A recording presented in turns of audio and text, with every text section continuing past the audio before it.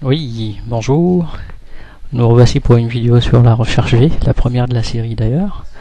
Les vidéos seront sous format de cours, donc je donnerai des astuces, des raccourcis pour ceux que ça intéresse, et bien sûr s'il y a des fichiers utilisés, vous les retrouvez donc en bas dans la description. Vous aurez des liens et à la fin n'hésitez pas à commenter, aimer la vidéo et surtout poser des questions aussi. Le but c'est le partage de la connaissance et ça permettra d'améliorer la série. Alors, l'objectif aujourd'hui, c'est, pour ceux qui n'ont pas suivi, on a une base donc de collaborateurs, on a les différentes informations qui permettent donc de recenser, d'identifier un collaborateur de façon complète, civilité et différentes infos, et bien sûr on rajoutera d'autres feuilles progressivement en fonction de nos besoins. Avant de commencer, on va parler de l'importance des matricules. Donc c'est la base de tout ce qui est système d'information et des bases de données.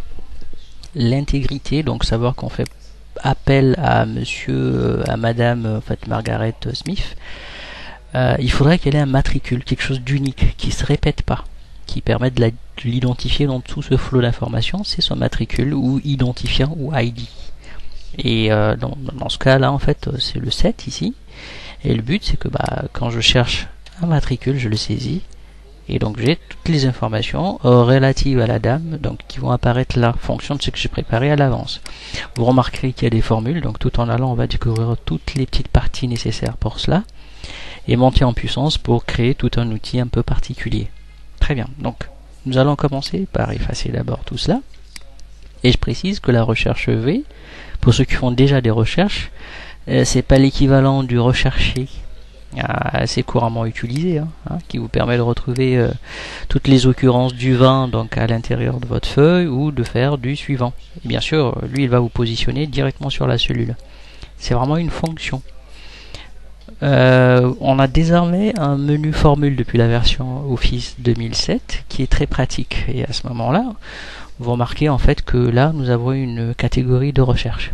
Donc il y a plein d'autres fonctions qui nous seront utiles par la suite.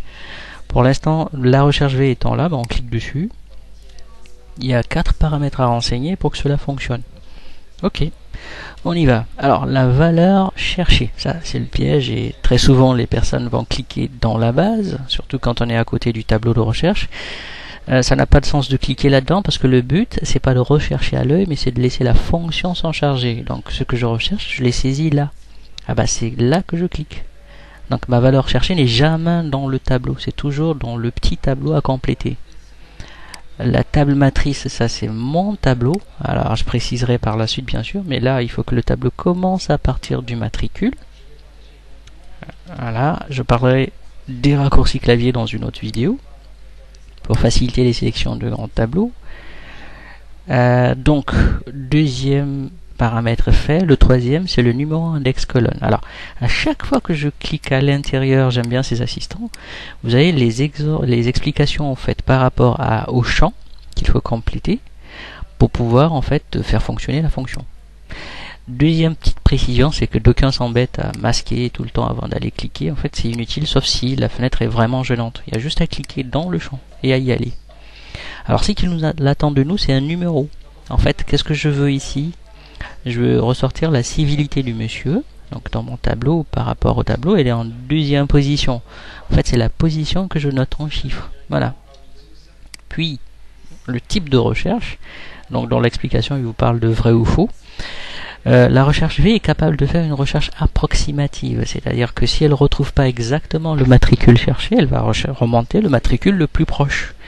C'est qui, dans ce cas précis de personnel, est quand même une certaine erreur en fait. Donc on va lui dire non, on ne veut pas de valeur proche. Elle est exacte ce qu'on veut, et puis si tu trouves pas, affiche un message d'erreur. C'est le sens de ce faux. Il n'est pas facultatif, attention, parce que par défaut, vous remarquez, il vous dit que par défaut, s'il est omis, il va mettre vrai. Très bien, je clique sur OK, et voilà, ça a l'air de marcher. Donc c'est très simple. J'ai une zone qui est une sorte de moteur de recherche Google. Je saisis le matricule que je veux et ma fonction va aller chercher. Pour ceux qui sont aguerris, vous pouvez donc saisir la fonction à la main, donc puisqu'on l'a déjà utilisée.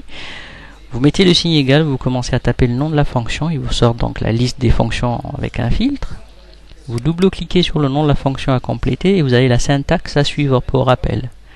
Et si vous avez un trou de mémoire, vous cliquez sur le nom de la fonction et l'aide contextuelle de cette fonction va apparaître. Très bien. Donc, qu'est-ce que je cherche? Je cherche le matricule 7 en ce moment. Ok. Où est mon tableau? Table matrice, je prends tout. Souvent, on me pose très souvent la question, est-ce qu'il y a besoin de prendre les titres, oui ou non? Ça gêne pas. Concrètement, là, dans ce cas, ça gêne pas. Puisqu'il va rechercher en fait dans la colonne des matricules et s'arrêter sur la ligne du matricule en question. Ensuite, le numéro index colonne, je rappelle encore une fois, c'est la position de l'info que je cherche dans mon tableau. First name, c'est 1, 2, 3. Donc c'est la position dans le tableau sélectionné. On verra tout à l'heure dans une autre vidéo qu'est-ce qui se passe lorsque le matricule n'est pas à l'endroit en fait par rapport à la position du tableau. Et là, il y a une assistance aussi, soit je tape faux ou je double-clique dessus. C'est pareil. Je ferme ma parenthèse, je valide avec entrée. Et voilà. Donc du coup, rebelote. On y va. On va finaliser tout ça. Donc qu'est-ce que je cherche? Ma valeur là. Voilà. Point virgule, tout le tableau. Ensuite, qu'est-ce que je veux obtenir? Il faut que je sache qu'est-ce que je dois afficher.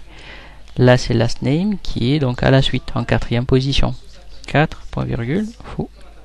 Voilà, je ferme la parenthèse et hop. Donc vous l'avez compris, c'est assez répétitif, mais on comprend le concept. On va vérifier est-ce que ça marche. Donc je tape 16, voilà, donc je vérifie, 16 c'est bien Madame Lily, voilà. Je vais taper, je sais pas, 300. Voilà. 300 c'est quelque chose en fait qui n'existe pas dans notre base. On va aller vérifier. Donc vous allez remarquer qu'on n'a pas de 300. Donc j'active exprès les filtres pour cela. Pourquoi? Parce qu'on peut voir les données unitaires. Oui, il n'y a pas de 300. Et donc le dièse NA c'est not available. On hérite tout à ce niveau-là du système anglophone. Et donc vous avez une recherche V fonctionnelle. La prochaine fois, on va mettre en pratique certaines techniques quant au glisser, déposer, par exemple la fonction ou la recherche sur une autre feuille. À bientôt. Aimez bien la vidéo. Si elle vous a plu, faites des remarques constructives, posez des questions, j'y répondrai. Si elles sont très longues, je ferai une vidéo dessus, si ça peut aider tout le monde. Et bien sûr, vous retrouverez donc en dessous les fichiers utilisés. Merci.